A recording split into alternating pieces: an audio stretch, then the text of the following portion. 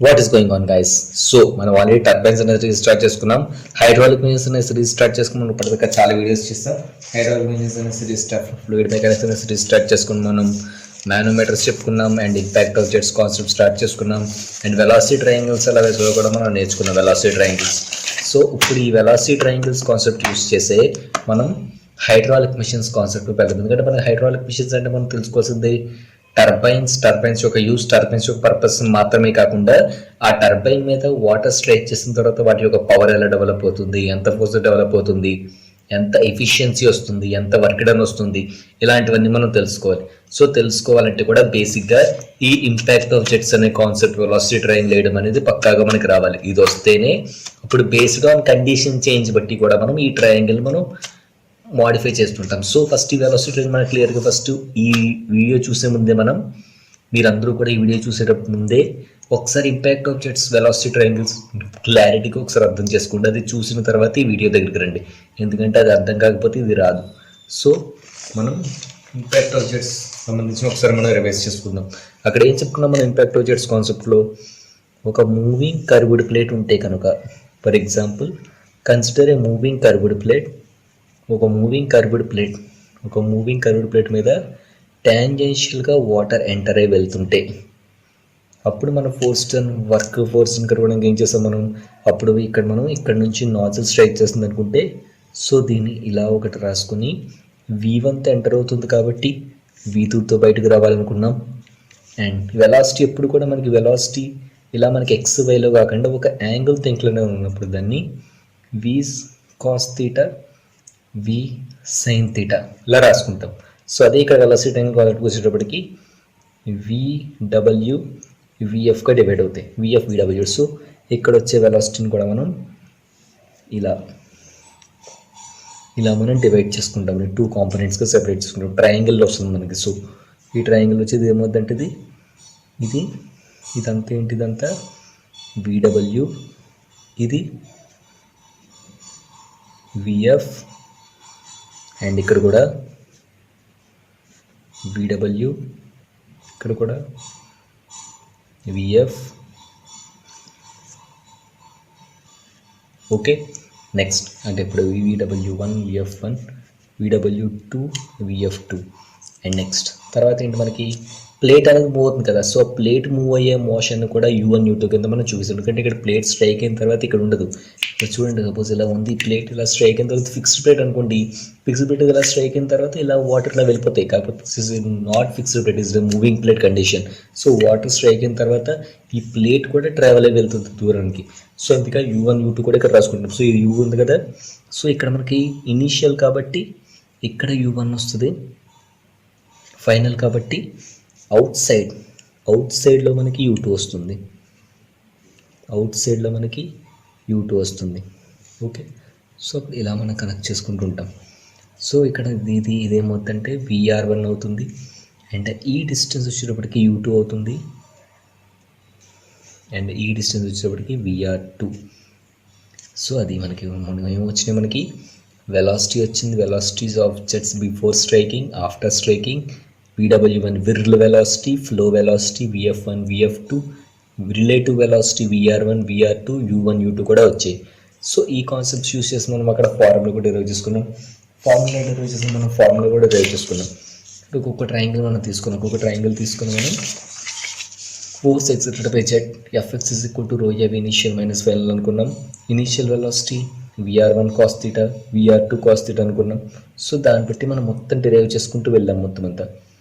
So ఇక్కడ దాకా Fx = ρ VR1 VW1 + VW2 అనే కాన్సెప్ట్ అనే ఫార్ములా డెరివేషన్ పక్కాగా వస్తేనే మనం ఇంకా ఏమైనా మనం చేయొచ్చు. ఎందుకంటే ఇక్కడ VR1 cos θ ఎందుకు తీసుకున్నాం, VR1 sin θ ఎందుకు తీసుకోలేదు? ఎందుకంటే ఎక్స్ డైరెక్షన్ కదా మనకు కావాల్సింది, ఇక్కడ ఎక్స్ డైరెక్షన్. సో ఇక్కడ చూడండి, ఎక్స్ డైరెక్షన్ అంటే ఇది ఎక్స్, ఇది వై కదా. ఎక్స్ డైరెక్షన్లో ఏముంది మనకి?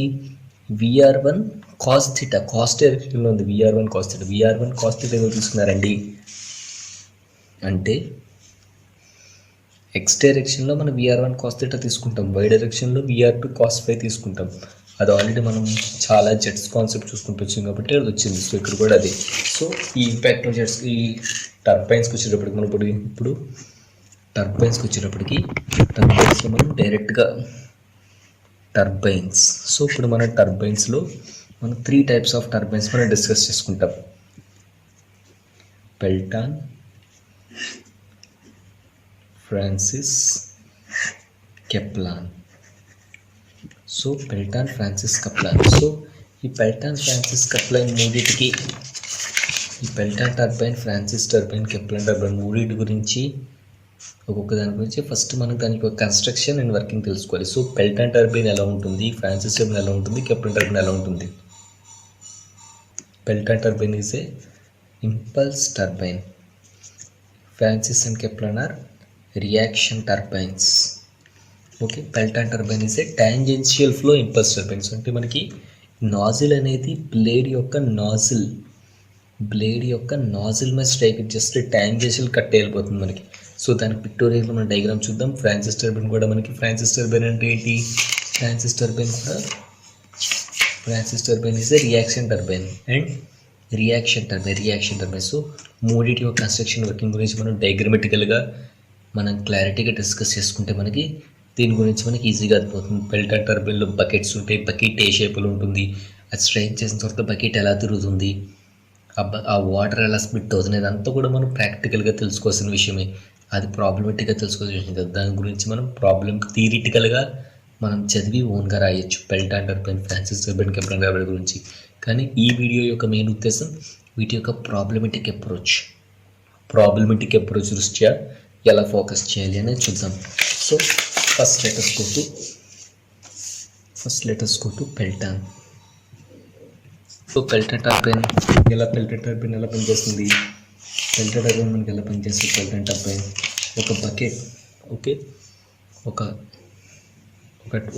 టర్బైన్ వీల్స్ మీద ఉన్న బ్లేడ్స్ మీద మనకి నాజిల్ అనేది దీని మీద స్ట్రైక్ చేస్తే, దీని మీద స్ట్రైక్ చేస్తే అప్పుడు ఇలా రొటేట్ అయ్యి మనకి లోపల ఉన్న ప్రైమ్ ఓవర్ తిరిగి మనకి పవర్ ప్రొడక్షన్ అనేది జరుగుతుంది. సో అదే కాన్సెప్ట్ని మనం ప్రాబ్లమ్ సాల్వ్ చేయడం కూడా యూస్ చేసుకుంటాం. ఎలా యూస్ చేస్తాం, సో ఈ బ్లేడ్స్ ఏ షేప్లో ఉంటాయి, బ్లేడ్స్ అనేవి మనకి బకెట్ షేప్లో ఉంటాయి. సో బ్లేడ్స్ అనేవి బకెట్ షేప్లో ఉంటాయి. సో ఈ వీడియోలో మనం క్లారిటీగా మనం చూడాల్సింది ఏంటంటే స్ప్లిట్టర్ ప్లేట్స్ అనేవి ఎలా ఉన్నాయి, ఆ స్ప్లిట్టర్ ప్లేట్స్ అనేవి ఎందుకు మనం యూజ్ అవుతాయి, స్ప్లిట్టర్ ప్లేట్స్ ఎందుకోసం ఉంటాయి,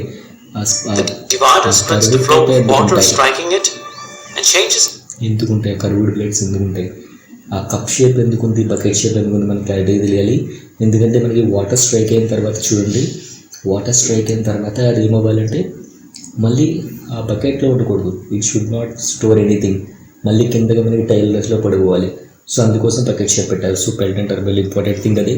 సో చూడండి, జాగ్రత్తగా చూడండి ఒకసారి. సో ఈ బకెట్ షేప్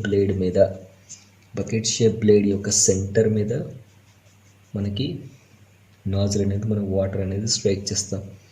వాటర్ స్ట్రైక్ చేసిన తర్వాతే అప్పుడు ఇక్కడ స్ట్రైక్ చేస్తాం కదా, ఇక్కడ మనం అక్కడ స్ట్రైక్ చేసిన తర్వాత అది మనకి 2 కాంపోనెంట్స్గా స్ప్లిట్ అయిపోయి అప్పుడు ఆ ఫోర్స్కి ఇది అనేది ఇలా డ్రాగ్ అవుతుంది. అలా మొత్తం మన బకెట్స్ ఉంటుంది. మనకి అర్థం కావాలంటే ఖచ్చితంగా మీరు ప్రాక్టికల్ వీడియో చూడాల్సిందే. ప్రాక్టికల్ వీడియో చూస్తేనే అది అలా ఎందుకు జరుగుతుంది మీకు అర్థమవుతుంది. ఎందుకు బకెట్ షేప్ ఇచ్చారు, ఎందుకు ఆ కప్ షేప్ ఎందుకు ఇచ్చారు, ఎందుకు అలా ఉంది, ఆ టాంజెన్షియల్ మోషన్ ఎలా వస్తుంది అంతా కూడా తెలియాలంటే మీకు ఆ పెల్టాన్ టర్బైన్ వీడియో ఒకసారి చూడాల్సిందే. సో మనకి ఇలా స్ట్రైక్ చేసి మనకి టర్బైన్ తిరుగుతుంది. సో ఇప్పుడు మనం క్యాలిక్యులేట్ చేస్తుంది ఏంటంటే ఫోర్స్, ఎందుకంటే ఇక్కడ స్ట్రైక్ చేసిన తర్వాత ఇది ఇక్కడ ఉంటుందా, ఉండదు. It moves on and another blade comes and it strikes and again moves on, అలా టర్బైన్ తిరుగుతూనే ఉంటుంది. సో ఇప్పుడు మనం సపోజ్ ఇది ఒక V1తో స్ట్రైక్ చేస్తుంది అనుకోండి. సపోజ్ ఒక V1 వెలాసిటీ స్ట్రైక్ చేస్తే ఏమవుతుంది, అక్కడ ఉంటుంది కదా, కంపల్సరీగా వాటర్ అనేది బయటకి ఎగ్జిట్ అవ్వాలి V2 వెలాసిటీతో ఎగ్జిట్ అవ్వాలి. సో ఇప్పుడు మీరు అప్పుడు సేమ్ ఈ డయాగ్రామ్ ఎలా వేసుకున్నారో ఒకసారి ఇమాజిన్ చేసుకుని, ఈ డయాగ్రామ్ ఒకసారి ప్రాక్టీస్ చేసి ఈ డయాగ్రామ్ బేస్ చేసుకొని అలా వచ్చిన V2 వెలాసిటీ ఎప్పుడు యాంగిల్లో మారిన cos theta sine theta VF VW రాసుకోండి సిద్ధాంతం యూస్ చేసి ఇక్కడ కూడా సేమ్ అలాగే రాస్తారు. ఇలా VF VW అండ్ ఇక్కడ U2, ఇక్కడ VR2 అండ్ ఇక్కడ మనకి VW VF అవన్నీ మరి ఎందుకు లేవు, మనకి VW VF అవన్నీ ఎందుకు లేవు, బికాస్ ఎందుకంటే ఇక్కడ మనకి మూవింగ్ కర్వ్డ్ పెట్టుకుని టాంజెన్షియల్గా స్ట్రైక్ చేస్తున్నాం. కాకపోతే పెల్టన్ టర్బైన్లో మనకి నాజిల్ టాంజెన్షియల్గా పెట్టడానికి కుదురుతుందా? లేదు. మనకి టర్బైన్ ఇలా ఉంటే ఆ టర్బైన్ ప్లేట్స్ మీదకి నాజిల్ అనేది ఒకే చోట ఉంటుంది. నాజిల్ అనేది ఫిక్స్డ్ పొజిషన్లో ఉంటుంది. నాజిల్ ఆ ఫిక్స్డ్ నాజిల్ పొజిషన్లో ఉన్న నాజిల్ ఎలా ఉంటుంది, అది వెళ్ళి టర్బైన్ ప్లేట్ మీద స్ట్రైక్ చేస్తే అలా మనకు తిరుగుతుంటుంది. కాబట్టి ఇది అని మనకి ఇలా ఫిక్స్డ్ పొజిషన్లోనే ఉంటుంది. కాబట్టి ఇక్కడ మనకి U1 అని VW1 అని ఇక్కడే వచ్చేస్తాయి. U1 VR1 అని ఇక్కడే వచ్చేస్తాయి. అండ్ ఈ మొత్తం కూడా కలిపి VW1. ఓకే, అండ్ అది so impact objects concept base చేసుకుని మనం డ్రా చేస్తాం ఇది. కాకపోతే ఇక్కడ ఈ ఇన్లెట్ వెలాసిటీ ట్రయాంగిల్ ఉండదు, అది ఒక స్ట్రైట్ లైన్ మోషన్లో మాత్రమే ఉంటుంది. అది మాత్రమే క్లారిటీ గమనించాలి. That is the difference between impact of jets and its application to Pelton Francis and Kaplan. So ఇప్పుడు పెల్టాన్ ఫ్రాన్సిస్ కప్లైన్ ఇవన్నీ అప్లై చేసినప్పుడు కూడా అదే ఇంపాక్ట్ ఆఫ్ జెట్స్ ట్రయాంగిల్ మనం డ్రా చేస్తాం. కాకపోతే చిన్న మోడిఫికేషన్స్ ఏంటి, ఇక్కడ మనం ఇన్లెట్ వెలాసిటీ ట్రయాంగిల్ లేదు, కానీ అవుట్లెట్ వెలాసిటీ సేమ్ VR2 వచ్చింది, U2 వచ్చింది, VW2 వచ్చింది, VF2 వచ్చింది, VR2 వచ్చింది, V2 కూడా వచ్చింది. అండ్ V1 V2 కట్టడానికి πdn/60 అని చిన్న ఫార్ములాస్ ఉంటాయి. సో నెక్స్ట్ ఇప్పుడు ఇందులో U1 ఇప్పుడు మనకు కొన్ని అజంప్షన్స్ తీసుకోవాలి. పెల్టన్ టర్బైన్ కాబట్టి అజంప్షన్స్ చూసుకోవాలి. U1 అన్న U2 అన్న ఒకటే. ఏంటవి? πdn/60. ఓకే, U1 అన్న U2 అన్న πdn/60. ఒక్కొక్కసారి మనకి కొన్ని మారుస్తూ ఉంటాడు. ఒక్కొక్కసారి మనకి కొన్ని కాన్సెప్ట్స్, ఒక్కొక్కసారి మనకి force ratios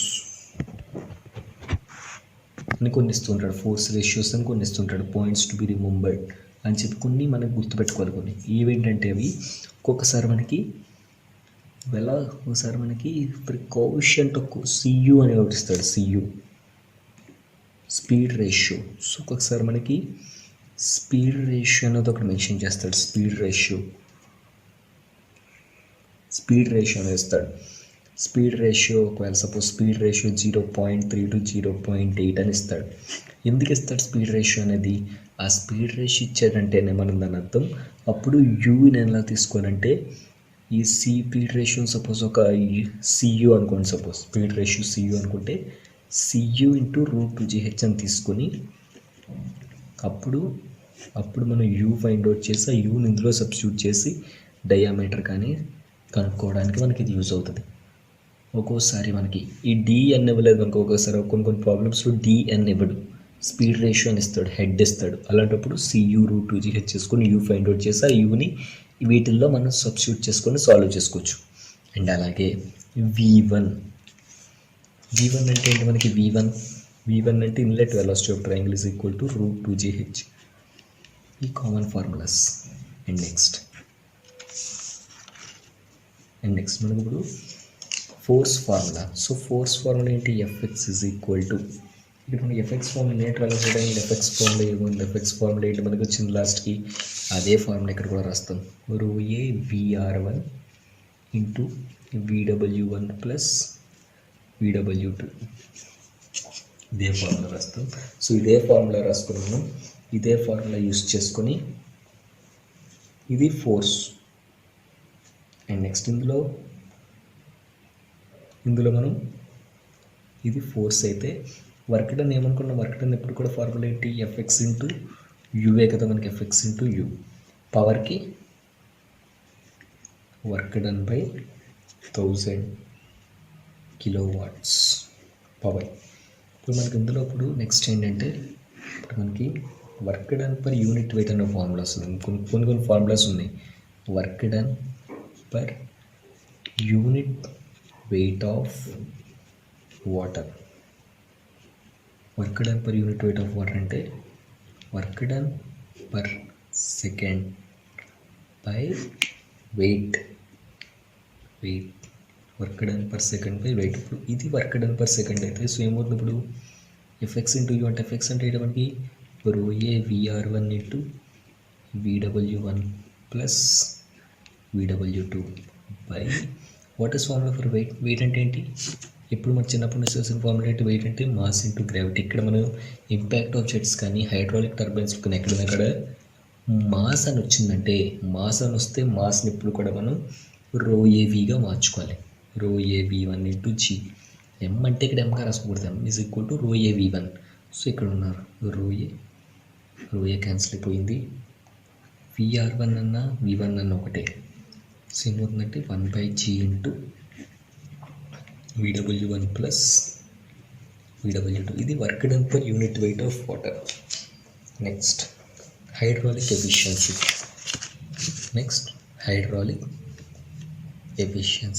so hydraulic efficiency మనం చెప్పుకున్నాము. హైడ్రాలిక్ ఎఫిషియన్సీ అంటే runner power by water power అని చెప్పుకున్నాం. సో దీన్ని ఇంకొంచెం మనం చెప్పుకోవాలంటే work done per second by kinetic energy of jet per second. ఇలా కూడా మనం చెప్పుకోవచ్చు. మనకి ఎప్పుడైనా వాటర్ పవర్ సంబంధించిన డేటా ఇచ్చిన, వాటర్ గురించిన డెన్సిటీ, వాటర్ గురించిన అవి ఇచ్చిన ఈ ఫార్ములా యూస్ చేస్తాం. అలా లేదండి, మనకి మామూలుగా ఇలా ఈ జనరల్ కండిషన్స్ ఇచ్చారు, ఎంత వెలాసిటీ అవన్నీ ఇచ్చారు అనుకుంటే మాత్రం ఈ కండిషన్ తీసుకోవాలి. Work done per second by kinetic energy. అంతే కదా మనకి. What is hydraulic efficiency? Already చెప్పుకున్నాం. హైడ్రాలిక్ ఎఫిషియన్సీ అంటే ఏంటి? హైడ్రాలిక్ ఎఫిషియన్సీ అంటే ఎంత వాటర్ స్ట్రైక్ చేస్తే ఆ రన్నర్ ఎంత తిరుగుతుంది. ఎఫిషియన్సీ అంటే మనకి ఫార్ములా అవుట్పుట్ బై ఇన్పుట్టే కదా మనకి. సో హైడ్రాలిక్ ఎఫిషియన్సీ అంటే హైడ్రాలిక్ అంటే it's completely related to water power. So ఎంత వాటర్ పవర్ స్ట్రైక్ చేస్తే ఎంత రన్నర్ పవర్ తిరుగుతుంది, ఎంత వాటర్ పవర్ నువ్వు ఇచ్చావు దానికి ఎంత రన్నర్ పవర్ జనరేట్ అయింది. సో అదే. సో దానికి ఫార్ములా ఏంటి? Work done per second by kinetic energy of jet per second. Work done per second అంటే ఆ రన్నర్ యొక్క work done per second by ఎంత కైనెటిక్ ఎనర్జీతో స్ట్రైక్ చేస్తావు. So work done per second అంటే ఇదే. వర్క్ డన్ పర్ సెకండ్ అంటే ఇదే ఫార్ములా. కాబట్టి rho a v r one into VW1 plus VW2 by kinetic energy formula ఏంటి? ½ mv² కదా. సో ఇక్కడ ఎమ్ అనగానే ఇక్కడ మాస్లో ఎమ్ అంటే రో ఏ వి1 తీసుకుని, ఇక్కడ కూడా మాస్ అంటే ½ రో ఏ వి1 ఇంటూ వి అంటే v1².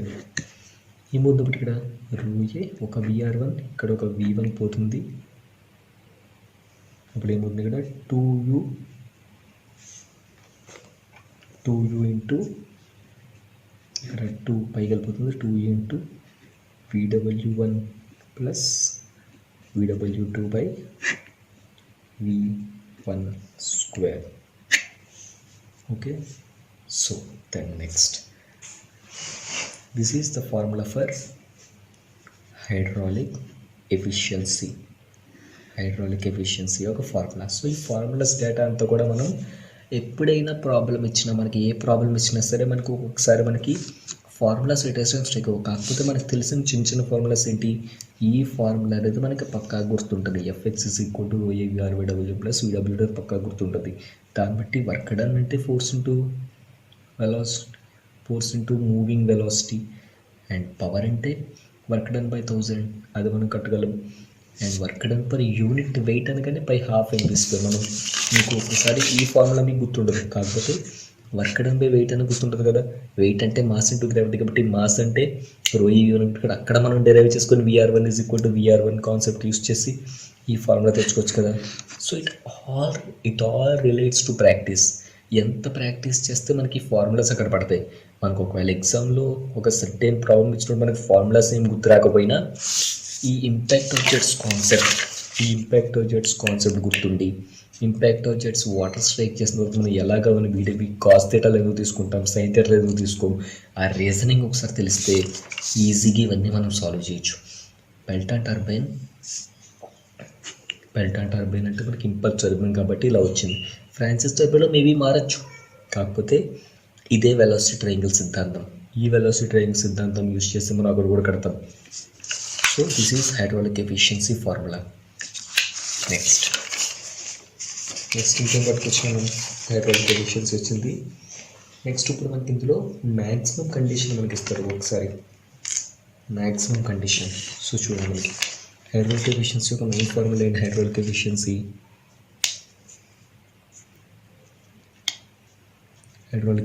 అంటే 2U into VW1 plus VW2 into U by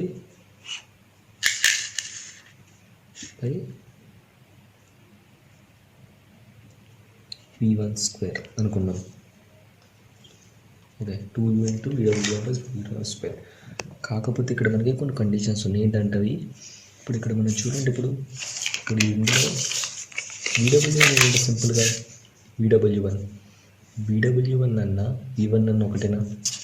so అవి ఇప్పుడు ఇక్కడ కొన్ని అసంప్షన్స్ చేసుకుని మ్యాక్సిమం కండిషన్ ఫర్ ఎఫిషియన్సీ అని అనుకుంటాం. మ్యాక్సిమం కండిషన్ ఏమొస్తుంది అనేది మనం ఫైండ్ అవుట్ చేయడానికి ఇది అనమాట. సో VW1 అన్న V1 అన్న ఒకటే. And what is VW2?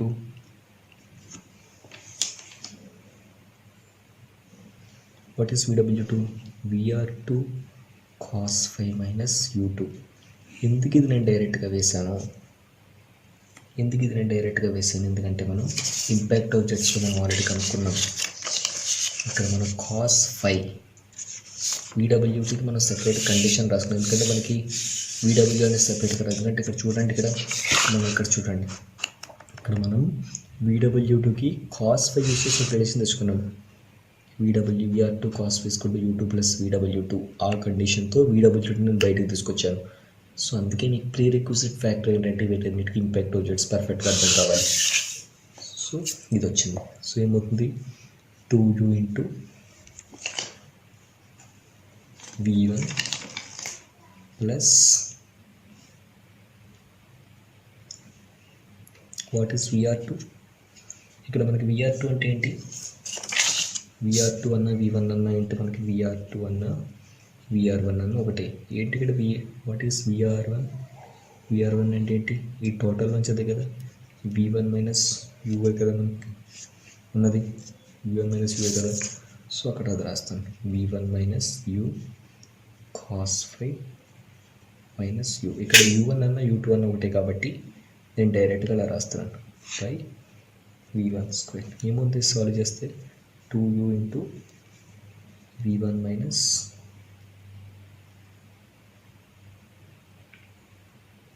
U ఇక్కడికి వస్తుంది V1 minus U plus V1 minus U cos phi by V1 square. ముందు ఇక్కడ 2 into నేను V1 minus U బయటకు తీస్తాను. తీస్తే ఏమవుతుంది? 1 plus cos phi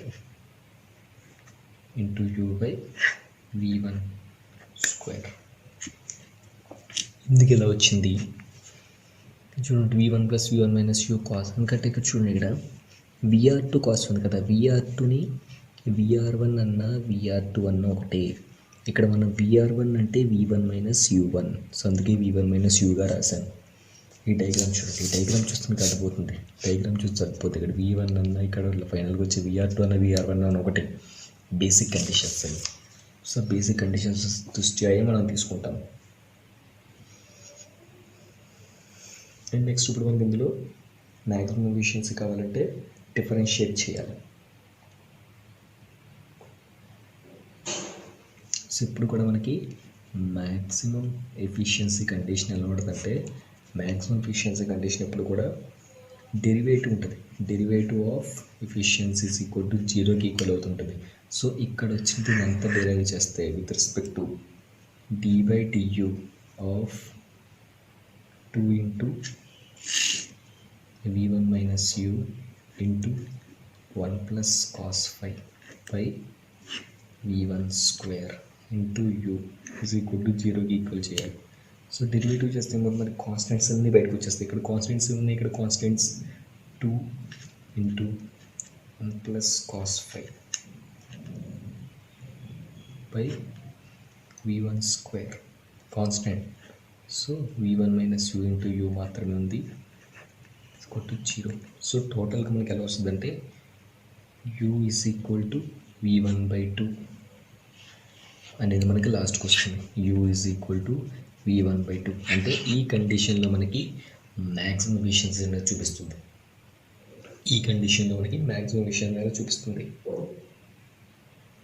maximum efficiency. So ఒకసారి ఈ కండిషన్ ఉంది కదా మనకి పైన, ఈ కండిషన్లో ఒకసారి సబ్స్టిట్యూట్ చేయండి. Eta hydraulic is equal to 2 into V1 minus V1/2 into 1 plus cos 5 2V1/2 by E1². ఒకసారి మీరు సబ్స్టిట్యూట్ చేస్తే ఇది 1 ప్లస్ కాస్ 2 మాత్రమే మిగులుతుంది. Okay, this is the condition for maximum efficiency. So ఇదే పెల్టన్ టర్బైన్ యొక్క మ్యాక్సిమం మెయిన్ పర్పస్ ఏంటంటే, Pelton turbine strike చేసిన తర్వాత మనకి పెల్టన్ టర్బైన్ స్ట్రైక్ చేసిన తర్వాత ఎంత ఫోర్స్ వస్తుంది, ఎంత వర్క్ డన్ జరుగుతుంది, ఎంత పవర్ వస్తుంది, work done per unit wait ఎంత, హైడ్రాలిక్ ఎఫిషియన్సీ ఫార్ములా ఎంత. ఒకవేళ if suppose it is a maximum condition అయితే ఫార్ములా ఏంటి, మ్యాక్సిమం కండిషన్ యొక్క డెరివేషన్ కూడా అడుగుతారు. ఇది మీకు maximum condition. Describe the maximum condition for maximum efficiency అని అడుగుతారు. కండిషన్ ఏంటి, ఇది కండిషన్ ఇదే కదా మనకి. Heat hydraulic is equal to ఈ ఫార్ములాలో VW1 బదులు V1 సబ్స్టిట్యూట్ చేస్తారు.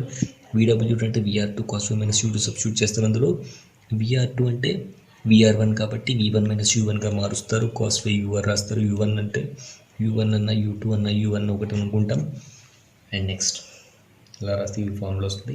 దీన్ని డిఫరెన్షియేట్ చేస్తే మనకి 0 ఇవ్వాలి కాబట్టి U = V1/2, దాన్ని మళ్ళీ తిరిగి ఇక్కడ వేస్తే మనకి 1 ప్లస్ cos 5/2. ఇది ఒక కండిషన్, ఇది ఒక ప్రాబ్లం, ఇంపార్టెంట్ ప్రాబ్లం. సో దీన్ని ఒకసారి బాగా స్టడీ చేయండి. అండ్ ప్రాబ్లమ్స్ వచ్చేటప్పటికి, ప్రాబ్లమ్స్లో ఏ ప్రాబ్లం ఇచ్చినా, ఎలాంటి ప్రాబ్లం ఇచ్చినా you have to start from here.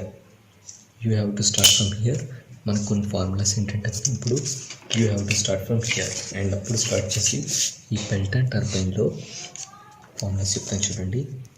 Pelton turbine వచ్చేటప్పటికి మనకి V1 is equal to CV√2GH. CV అంటే కోఎఫిషియంట్ ఆఫ్ వెలాసిటీ, వాడు ఇస్తాడు. ఒకవేళ ఇవ్వకపోతే V1 = √HH మాత్రం తీసుకుంటారు. And U1 is equal to U2 is equal to U is equal to πdN/60. And అందులో ఒకవేళ మనకి CU ఇచ్చేస్తాడు అనుకోండి, CU ఇచ్చేస్తే U is equal to CU√2GH. ఈ ఫార్ములా తీసుకోవచ్చు, కానీ రెండిట్లో ఏది తీసుకున్నా వస్తుంది. కానీ వాడు ఇచ్చేది అనమాట. ఒకవేళ మనకి ఈ కండిషన్ ఇచ్చేసి మనకి ఇందులో D కావాలనుకోండి, D కట్టుకోవచ్చు. నెక్స్ట్ ఇంకా మనం తెలుసుకోవాల్సింది ఏంటంటే, చిన్న కొన్ని ఫార్ములాస్ మిస్ అయ్యాయి. ఏవేంటంటే ఫార్ములాస్ మనకి ఇంకా కొన్ని ఫార్ములాస్ ఏంటంటే, ఇందులో మనం జెట్ రేషియో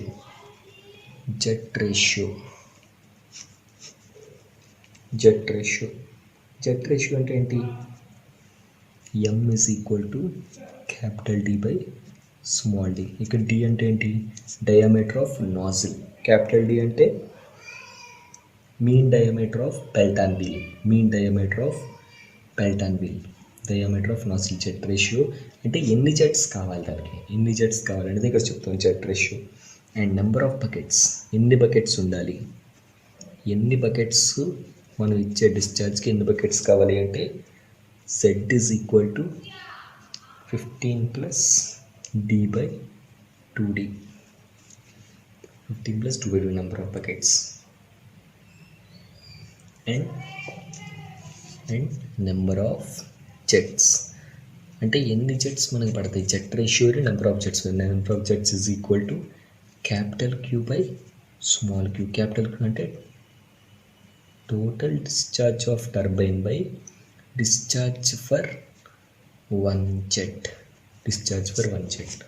సో ఈ ఫార్ములాస్ అనేవి కంపల్సరీ గుర్తుండాలి మనం. అండ్ ఏ ప్రాబ్లం వచ్చినా, ఎలాంటి ప్రాబ్లం వచ్చినా మనం ఫస్ట్ ఈ వెలాసిటీ ట్రయాంగిల్ వేసుకుంటాం. ఇక్కడ నుంచి మనం వెలాసిటీ ట్రయాంగిల్స్ వేసుకోవడం రావాలి, అక్కడ నుంచి వస్తుంది మనం ఈజీగా అన్ని ఫైండ్ అవుట్ చేయగలం. And this is all about Pelton turbine. And మనం నెక్స్ట్ వీడియోలో ఫ్రాన్సిస్ టర్బైన్ చెప్పుకుందాం. ఈ లోపల మనకి పెల్టన్ టర్బైన్ ప్రాబ్లమ్స్ సాల్వ్ చేసినప్పుడు ఏమైనా టఫెస్ట్ ప్రాబ్లమ్స్ ఏమైనా వస్తే మనం దాన్ని వీడియో కింద పెట్టుకుందాం డిస్కస్ చేద్దాం. So practice well guys. Thank you.